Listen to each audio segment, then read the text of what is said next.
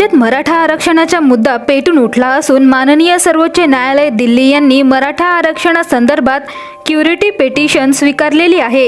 येत्या 24 जानेवारीला या संदर्भात निकाल येणार आहे।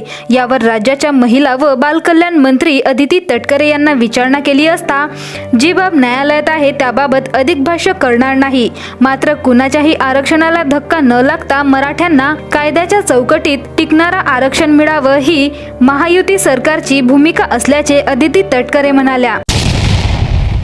मी जी बाब न्यायालयामध्ये आहे त्याबाबत तर अधिक भाष्य करणार नाही, कारण ते योग्य नाही। पण राष्ट्रवादी काँग्रेस पक्ष म्हणून किंवा महायुतीची सरकार म्हणून ही भूमिका आहे। एकनाथ शिंदे साहेब असतील, आदरणीय दादा असतील, आदरणीय फडणवीस साहेब असतील, सगळ्यांची हीच भूमिका आहे की आमच्या सहित मराठा समाजाला आरक्षण मिळालं पाहिजे।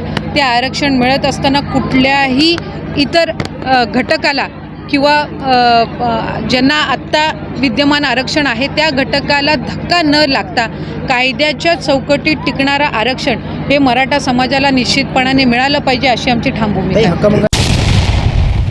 हक्कभंगाच्या मुद्द्यावरून विधानसभा उपसभापती नीलम गोरे यांनी शिवसेना ठाकरे गटाच्या नेत्या सुषमा अंधारे यांना माफी मागा असं पत्र दिलं। त्यावर तुरुंगात जाईन पर माफी मागणार नाही असं ठणकावून सुषमा अंधारे यांनी सांगितले। यावर राज्याच्या महिला व बालकल्याण मंत्री अदिती तटकरे यांना विचारले असता त्यांनी त्या हक्कभंग संदर्भात मला अधिकची माहिती नाही, मात्र नीलम गोरे यांना सभागृहाच्या दीर्घकाळाचा अनुभव असून त्यांच्याकडून कुठल्याही महिलेवर अन्याय होणार नाही याची खात्री मला आहे, असे वक्तव्य करत नीलम गोरे यांची बाजू अदिती तटकरे यांनी घेतली।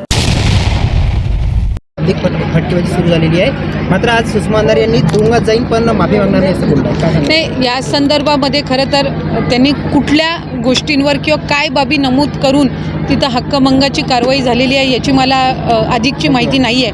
पण मला एक निश्चितपणाने या ठिकाणी बोलावंसं वाटतं की सन्माननीय उपसभापती नीलमताई गोरे यांना विधान परिषदमध्ये सदस्य म्हणून दीर्घकाळ त्यांचा अनुभव आहे।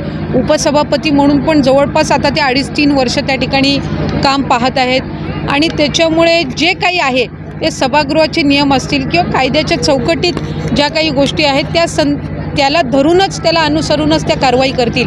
त्याच्या पलीकडे निश्चितपणाने त्या ठिकाणी कुठलीही महिला असो, कुठलीही राजकीय पक्षाची पदाधिकारी असो यांच्यावर त्या अन्याय करणार नाहीत याची खात्री मला निश्चित आहे। भंडारा गोंदिया जिला वासियों के लिए खुशखबर है।